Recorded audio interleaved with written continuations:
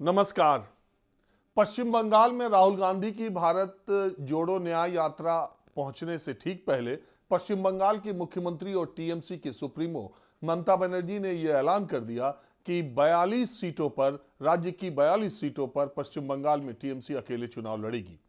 तो क्या इंडिया गठबंधन से ममता बनर्जी अलग हो चुकी हैं? जिस इंडिया गठबंधन का नाम बेंगलुरु की बैठक में ममता बनर्जी ने प्रस्ताव किया और सबने समर्थन किया, उसी इंडिया गठबंधन के साथ अब ममता बनर्जी चुनाव नहीं लड़ेंगी?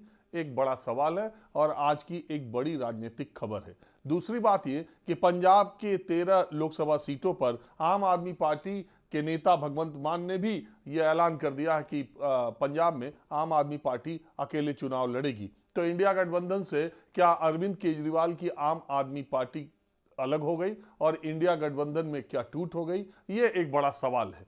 तो ऐसा क्यों हुआ कि जब राहुल गांधी पश्चिम बंगाल में आ रहे थे तो ममता बनर्जी ने ऐसा क्यों किया? ये इसके पीछे की जो वजह है, जो अंदरूनी कहानी मुझे पता चली है, मैं वो आपको बताने की कोशिश करता हूं। हालांकि ममता बनर्जी के बयान के बाद कांग्रेस के नेता जयराम रमेश, केसी वेणुगोपाल, इन सारे नेताओं ने कहा कि अभी भी उन्हें उम्मीद है कि पश्चिम बंगाल में इंडिया गठबंधन साथ चुनाव लड़ेगा।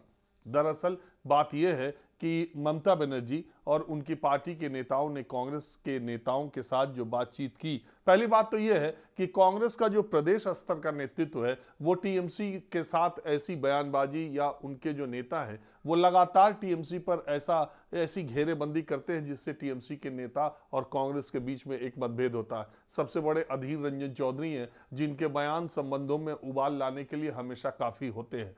लेकिन बात यह है कि ममता बनर्जी के पार्टी के बीच और कांग्रेस के बीच सीट शेयरिंग की जो प्रारंभिक बातचीत हुई उसमें ममता बनर्जी के पार्टी के लोगों ने कहा कि 2019 के लोकसभा सीटों के हिसाब से और 2021 के विधानसभा सीटों के हिसाब से ही गठबंधन पर बातचीत होनी चाहिए।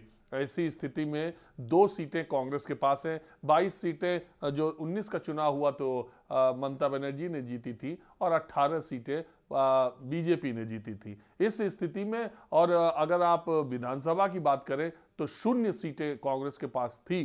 तो इस स्थिति में तो कांग्रेस 2 सीटों से ज्यादा का उनका कोई दावा नहीं बनता। कांग्रेस की तरफ से कहना यह था कि उन्हें 2 और सीटें मिलनी चाहिए और जिन सीटों पर बीजेपी पिछली बार जीती थी उसमें भी 2-3 सीटें अगर ममता बनर्जी उन्हें दें तब वो गठबंधन के लिए तैयार हैं। ममता बनर्जी इतनी सीटों के लिए तैयार नहीं थी। उन्होंने ये कहा कि 2021 में आपकी विधानसभा और उसमें एक पेंच और भी है।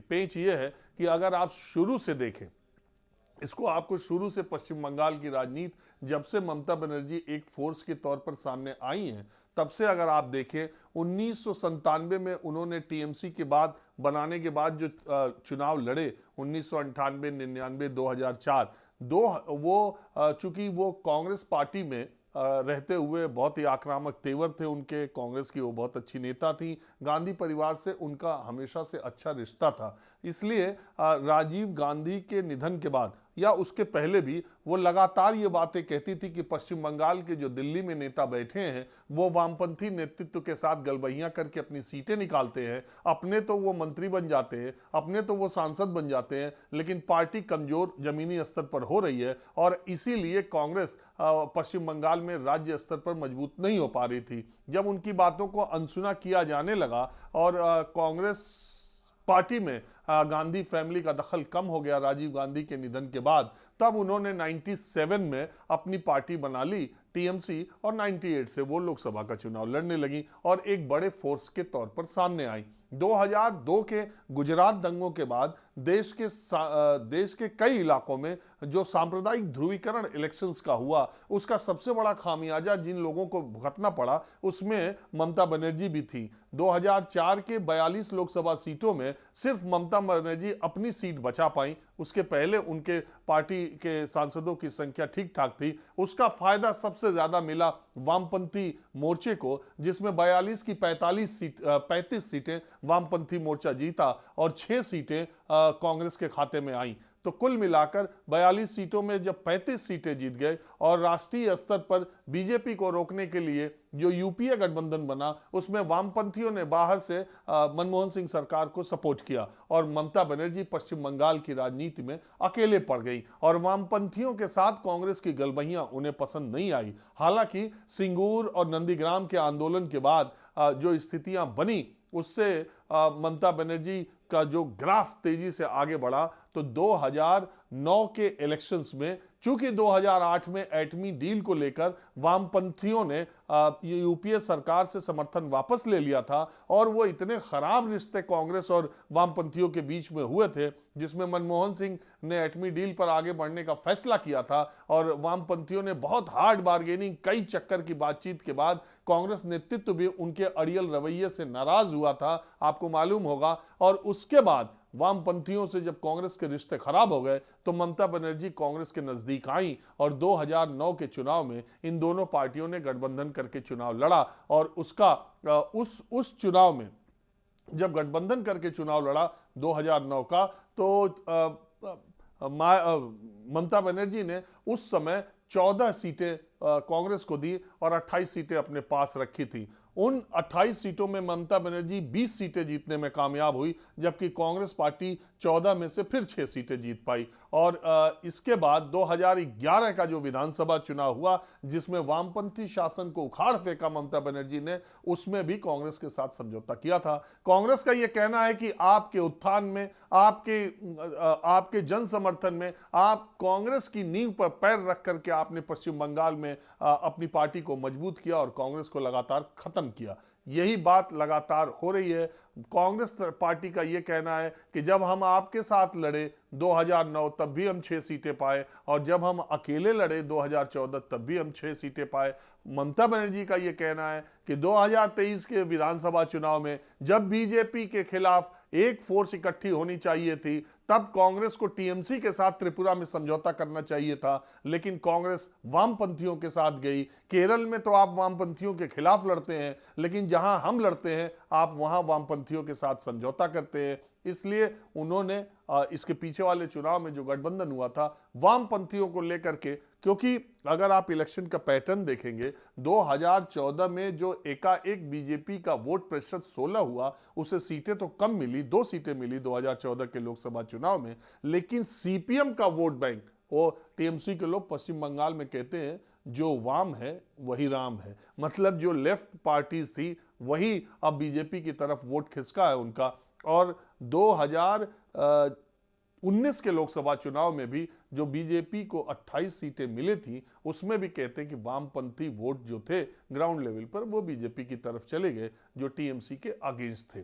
तो ममता बनर्जी का ये कहना था और अभी भी ये कहना है कि अगर आप 2, यानी जो आपके सिटिंग है वो और एक आध और सीटों पर समझौता कर ले तो बात हो सकती है। मैक्सिमम ममता बनर्जी ने 4 सीटों का ऑफर दिया है और इस बात की उम्मीद है, उन्होंने एक प्रेशर टैक्टिक्स के तहत कांग्रेस पार्टी और कांग्रेस आला कमान को दबाव में लेने के लिए आज ये ऐलान किया है। हालांकि कांग्रेस को ये पूरी उम्मीद है कि वो ममता बनर्जी, क्योंकि जयराम रमेश ने कहा है कि ममता बनर्जी के बिना इंडिया गठबंधन की कल्पना करना बेमानी है, तो ऐसा ये माना जा रहा है कि कांग्रेस पार्टी कल या परसों में इस डील को फाइनल करने की दिशा में प्रयास करेगी और शायद 4 सीटों पर बातचीत बन जाए। अभी कहा नहीं जा सकता, लेकिन ममता बनर्जी किसी भी सूरत में 4 से ज्यादा सीटें कांग्रेस पार्टी को देने के मूड में नहीं है।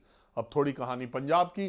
पंजाब के कांग्रेस के जो 13 लोकसभा सीटें हैं कांग्रेस के, उसमें 8 सीटिंग एमपी हैं और पश्चिम बंगाल की तरह ही कांग्रेस ने पंजाब के नेताओं की एक मीटिंग बुलाई थी। प्रभारी ने पंजाब के जो उनके जिलाध्यक्ष थे, जो लोकसभा के प्रत्याशी रहे, जो लोकसभा जीते हैं, उनसे फीडबैक लेने की कोशिश की। तो उनका ये कहना विद इन पार्टी सूत्रों के मुताबिक ज्यादातर कांग्रेस के जो सांसद हैं और जो कांग्रेस के नेता हैं, उनका कहना है कि आम आदमी पार्टी ने शासन में आने के बाद ज्यादातर विजिलेंस, ज्यादातर नेता, ज्यादातर विधायकों, मंत्रियों, जो कांग्रेस के लोग हैं, उनके खिलाफ कार्रवाई की है। इससे जमीनी स्तर के कांग्रेस कार्यकर्ताओं का आम आदमी पार्टी से दुराव हुआ है और अगर ऐसा गठबंधन होता है तो वो कांग्रेस को फायदा देने के बजाय नुकसान होगा। दूसरी बात, आम आदमी पार्टी के पास फिलहाल एक लोकसभा सांसद है। ऐसी स्थिति में जब 8 सीटिंग कांग्रेस के पास है,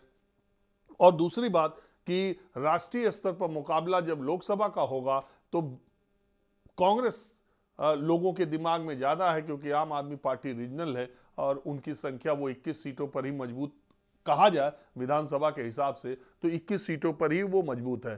कांग्रेस के लोगों का यह भी कहना था कि आम आदमी पार्टी 67 सीटें विधानसभा में जीतने के बाद बीजेपी में लोकसभा में खाता नहीं खोल पा रही। इसका मतलब कि जब राष्ट्रीय स्तर पर चुनाव होगा तो आम आदमी पार्टी से ज्यादा मोदी विरोधी या बीजेपी विरोधी वोटों का ध्रुवीकरण कांग्रेस के पक्ष में होगा। तो कांग्रेस के नेताओं में ज्यादातर का यह मानना था कि आम आदमी पार्टी के साथ पंजाब में गठबंधन नुकसानदेह हो सकता है। दूसरी तरफ आम आदमी पार्टी को यह लगता है कि अलग अलग लड़ने से भी पंजाब में शायद नुकसान हो जाए, और उनके तरफ से भी यह है कि अगर ऐसा हुआ, उसके दो पक्ष ये है कि बीजेपी और अकाली दल में अभी गठबंधन की बातचीत नहीं चल रही है, लेकिन बताया जा रहा है कि दोनों लोकसभा चुनाव तक एक साथ आ सकते हैं। ऐसे में इधर का धड़ा इंडिया गठबंधन ये सोच रहा है कि अगर हमने गठबंधन किया और बीजेपी और अकाली दल में गठबंधन हुआ तो कांग्रेस का जो बेस वोट है या कांग्रेस के जो मूल वर्कर है वो आम आदमी पार्टी के खिलाफ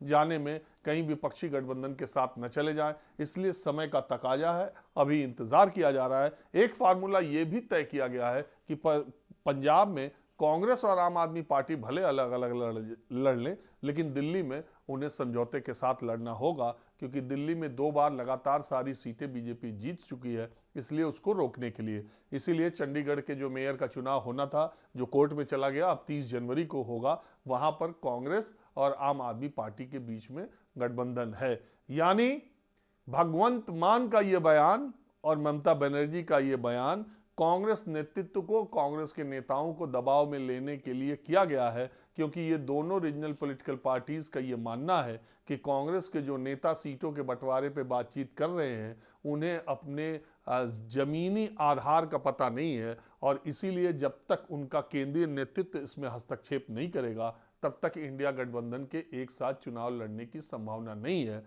लोग जो दूसरे गठबंधन के नेता हैं वो ये भी कह रहे हैं कि राहुल गांधी की न्याय यात्रा में पूरी की पूरी कांग्रेस पार्टी व्यस्त हो गई है, उसे सीट शेयरिंग और गठबंधन के नेताओं से बातचीत का मौका नहीं मिल रहा है। अब जब जिस स्टेट में राहुल गांधी की न्याय यात्रा पहुंचने वाली होगी तब इस गठबंधन के सहयोगी दल जब आक्रामक बयान देंगे तब कांग्रेस के नेता गठबंधन के बारे में सीरियस होंगे। शायद पश्चिम बंगाल की मुख्यमंत्री का बयान इसीलिए था। अब तो इंतजार कीजिए, 2-4 दिनों में तस्वीर और साफ होगी। मजेदार बात यह है कि आज बिहार में नीतीश कुमार ने कर्पूरी ठाकुर के जन्मशती समारोह में 2-3 लाइनें ऐसी कही हैं कि बिहार के लोग कयास लगाने लगे हैं कि राहुल गांधी जब बिहार किशनगंज में दाखिल होंगे तो नीतीश कुमार अपने पुराने वायदे के मुताबिक उनके साथ न्याय यात्रा में शामिल होंगे कि नहीं होंगे। नीतीश कुमार का 2 बयान, एक उन्होंने कहा कि मैंने पहले भी जितने फैसले लिए थे वो राज्य के हित में लिए थे और आगे भी जो फैसले करूंगा वो राज्य के हित में ही लूंगा। आज कर्पूरी ठाकुर का जन्मशती है। 2 चीज़ों में नीतीश कुमार उनको बहुत फॉलो करते हैं। पहली बात ये कि बिहार की पॉलिटिक्स में जो अति पिछड़ा वर्ग था, जिसके नुमाइंदे कर्पूरी ठाकुर 60 के दशक में थे, उनको सशक्त करने का, उनकी आवाज बनने का काम किया। नीतीश कुमार ने 2005 में मुख्यमंत्री बनने के बाद लालू प्रसाद यादव का MY समीकरण जो बहुत मजबूत हो गया था उसको कमजोर करने के लिए अति पिछड़ा वर्ग के लिए तमाम सुविधाएं, तमाम नई योजनाएं देकर और आरक्षण देकर उन्हें अपने पाले में लाने का काम किया। एक तो कर्पूरी ठाकुर की ये बात उन्होंने मानी या उस रास्ते पे चले। दूसरी ये कि कर्पूरी ठाकुर भी गठबंधन करने और तोड़ने में देरी नहीं करते थे, वो भी पाला बदलने में उतनी ही तेज थे। नीतीश कुमार उनके इस पैतरे को भी बहुत अच्छी तरह आजमाते हैं। तो बिहार, बंगाल, पंजाब और उत्तर प्रदेश पर अभी सबकी निगाहें लगी हैं। माना यह जा रहा है कि वैलेंटाइंस डे यानी 14 फरवरी के पहले इंडिया गठबंधन की तस्वीर पूरी तरह साफ हो जाएगी। फिलहाल बस इतना ही। नमस्कार।